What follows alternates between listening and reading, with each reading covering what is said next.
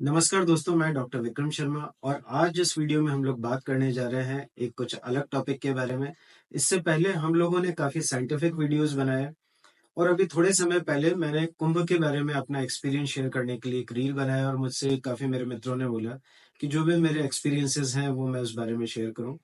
तो इस वीडियो में हम लोग बात करने जा रहे हैं जो महाकुंभ का मेरा अनुभव था उसके बारे में, क्या-क्या मैंने उससे सीखा और क्या-क्या मेरे ऐसे अनुभव थे जिससे आप लोगों को भी मुझे लगता है कुछ इनसाइट उसमें डेवलप हो सकती है। तो सबसे पहली बात तो ये है कि शुरुआत में मेरा ऐसा कोई कार्यक्रम नहीं था इस महाकुंभ में जाने का। एक मित्र की वजह से ये डेवलप हुआ और जब ये प्लान बना तो हमारी जो 4-5 मित्रों की फैमिलीज़ हैं वो तैयार हो गई। तो कहने का मतलब है कि ये तो शायद संयोग होता है और ऐसा संयोग आपके जीवन में भी हो तो ऐसी कोई अपॉर्च्युनिटी हो तो डेफ़िनेटली आपको उसको छोड़ना नहीं चाहिए। मित्रों क्या होता है कि ये जो हमारे परिवार होते हैं जैसे कि मेरे जो मित्र हैं वो सभी चिकित्सक लोग हैं और बड़े सोफिस्टिकेसीज में रहने वाले लोग हैं। तो महाकुंभ का नाम आते ही कुछ लोगों में घबराहट हो जाती है, परंतु मैं आपको एश्योर करना चाहता हूँ कि यदि आप प्रॉपरली प्लान्ड विजिट से जाते हैं तो ऐसा कोई बहुत ज्यादा घबराने की इसमें बात नहीं है और डेफिनेटली आप लोग उसको एंजॉय ही करेंगे। जब हम लोग का जाने का जो प्रोग्राम बना तो सबसे ज़रूरी बात होती है कि किस तरह से आप लोग ट्रैवल करेंगे। तो आप ये मानिए कि उस टाइम तक जो फ्लाइट थी उसकी कॉस्ट लगभग 40 से 50 हज़ार वन साइडेड हो चुकी थी। परंतु हम लोगों ने कुछ एडवांस समय रहते हुए ट्रेन का टिकट बुक कराया और इस तरह से कुछ 15-20 लोगों ने इसमें जाने का हम लोगों ने निर्णय किया।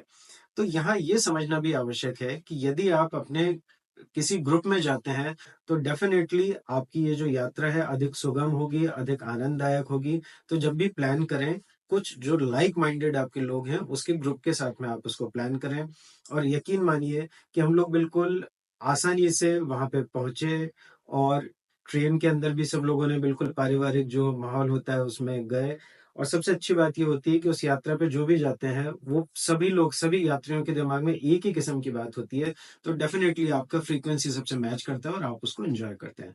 तो जो जाने का तरीका है, जो भी कॉस्ट इफेक्टिव होता है, ग्रुप में आप उसको जाने का निर्णय करें। अब दूसरी बात होती है कि कुंभ के बारे में हम लोग काफ़ी बातें कर चुके हैं।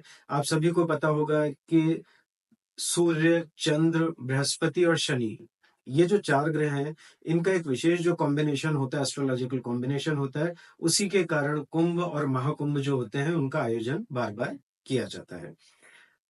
अब एक जो बात काफ़ी सोशल मीडिया पे चलती है और मैं देखता हूँ कि कई बार ऐसे इस किस्म की पोस्ट आती हैं कि कुंभ में इतनी भीड़ क्यों है?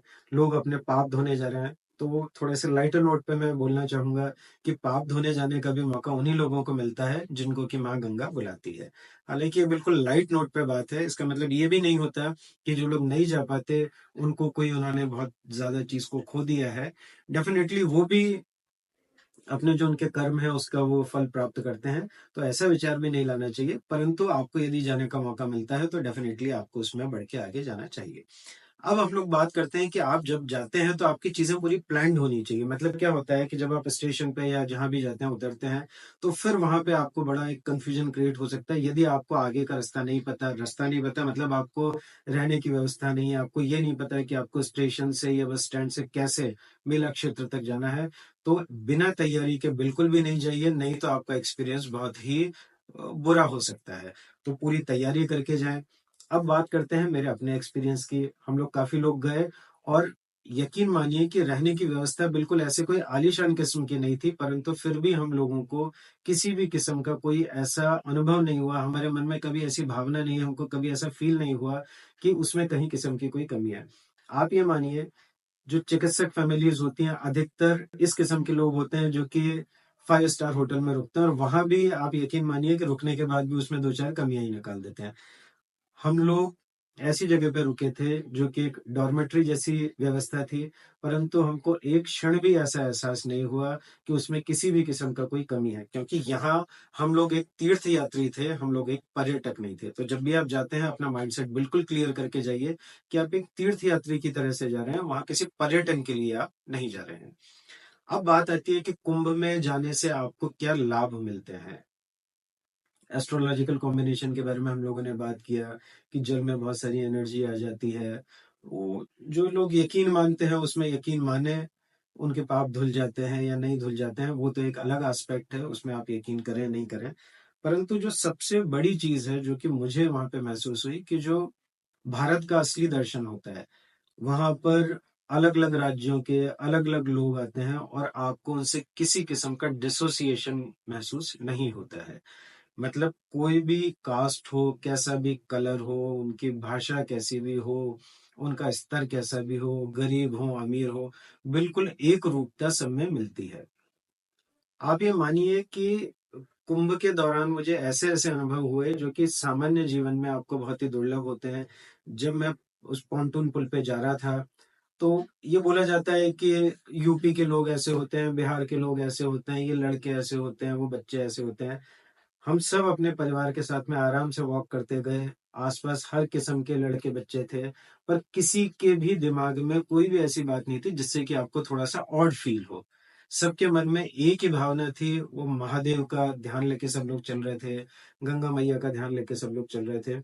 तो ऐसा आप बिल्कुल भी किसी भी क्षण आपको ऐसा महसूस नहीं होगा कि भीड़ का स्तर ऐसा है, वो कोई छेड़खानी कर रहे हैं या वो ऐसा कोई माहौल ही नहीं है। वो तो ये जो बात होती है कि वहाँ पे लाखों करोड़ों लोग पहुँच रहे हैं और सबके दिमाग में एक ही भावना है, तो वो जो फ्रीक्वेंसी होती है वो इतनी अच्छी फ्रीक्वेंसी होती है कि आप भी उसके अंदर रम जाते हैं।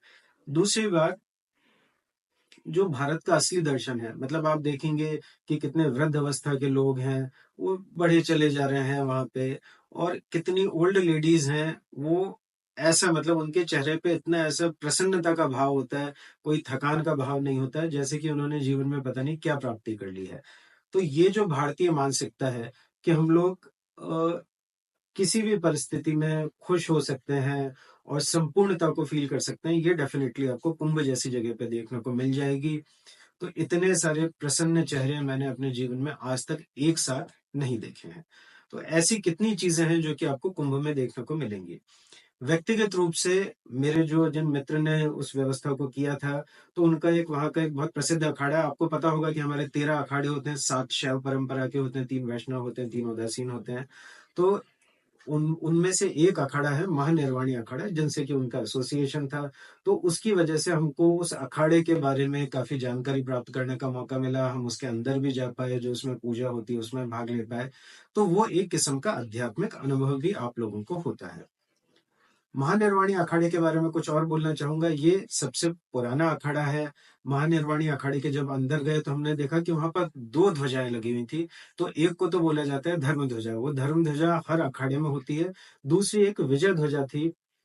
महानिर्वाणी अखाड़े की हिस्ट्री में ये कहा कहा जाता है कि लगभग 16वीं शताब्दी के आसपास कुछ मुगल आक्रमणकारी थे जिन्होंने प्रयागराज पे उस समय पे अटैक किया था और कुंभ का लगभग समय था। तो इस अखाड़े के लगभग 30,000 साधुओं ने उनसे काफ़ी संघर्ष किया और युद्ध में उस उनको परास्त करके वहाँ से उन्होंने भगाया।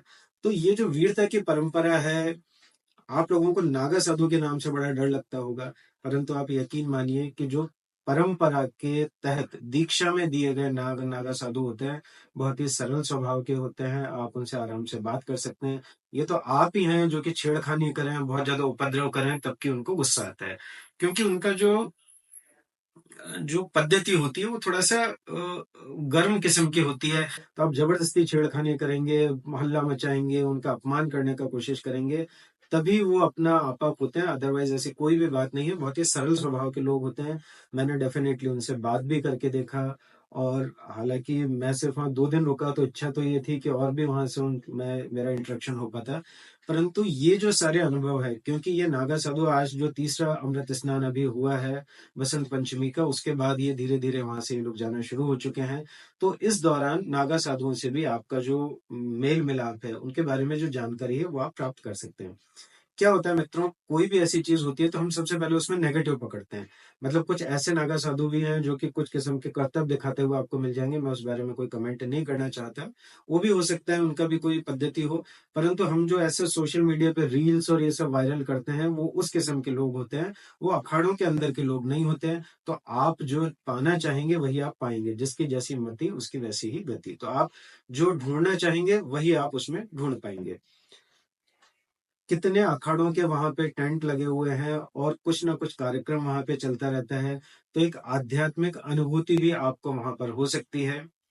एक और छोटी-सी बात आप लोगों को शेयर करना चाहूँगा, मैं जिस दिन वहाँ था वो 26 जनवरी का दिन था। तो जनरली ये बोला जाता है कि ऐसे धर्म से जुड़े हुए जो लोग होते हैं, वो राष्ट्र के लिए समर्पित नहीं होते, राष्ट्र भावना का शायद उसमें कमी होती है। पर जैसा कि आप इस वीडियो में देख सकते हैं, 26 जनवरी के दिन वहां पे अनगिनत मुझे झंडे लगे हुए दिखे। उस विशिष्ट समय में जैसे हम राष्ट्रभक्ति के गीत सुनते हैं, तो भजन नहीं चल रहे थे, राष्ट्रभक्ति के गीत सुबह वहां पे चल रहे थे, झंडारोहण किए जा रहे थे, भारत माता की जय के उद्घोष किए जा रहे थे। तो मेला क्षेत्र में भी, उस धार्मिक अनुष्ठान में भी जो राष्ट्रभक्ति थी वो बहुत प्रबल थी। तो इतनी जो आपकी भावना होती है, उसका वहां पे आप उसमें उसको लेके आनंदित हो सकते हैं। एक छोटी सी बात जो कि मैंने पिछले अपने रील में भी बोली थी, यदि आप उसका पूर्ण आनंद लेना चाहते हैं तो एक सामान्य नागरिक बन के, एक सामान्य भक्त भक्त की तरह से वहां पे आपको जाना चाहिए।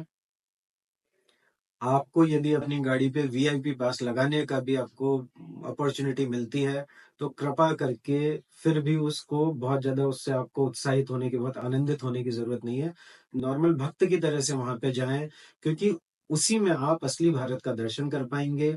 और आप अपनी गाड़ी में लोगों को भर के बिल्कुल संगम स्थान के पास जाने का कोशिश करते हैं, तो यकीन मानिए कि आपने वो लाभ, वो पुण्य लाभ भी आपने, मतलब मेरे व्यक्तिगत विचार हैं कि उनको, उसमें भी आप उसको थोड़ा-सा एक तरह से खोते हैं।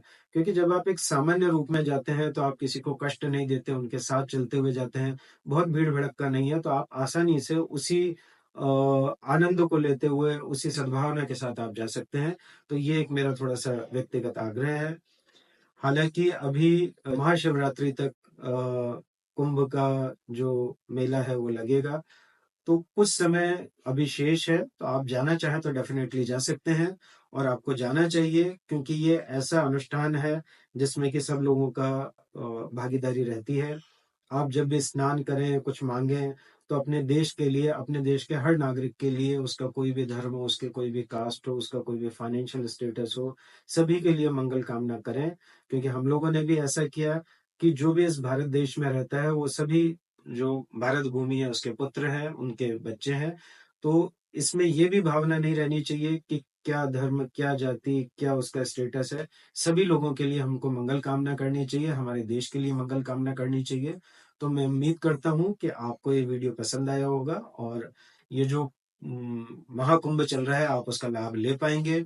यदि आप नहीं भी जा पाते हैं, तो ये कहा जाता है कि आप यहीं से उसके बारे में हाथ जोड़ के मंगल कामना करें, तो भी आपको उसका पुण्य प्राप्त होगा।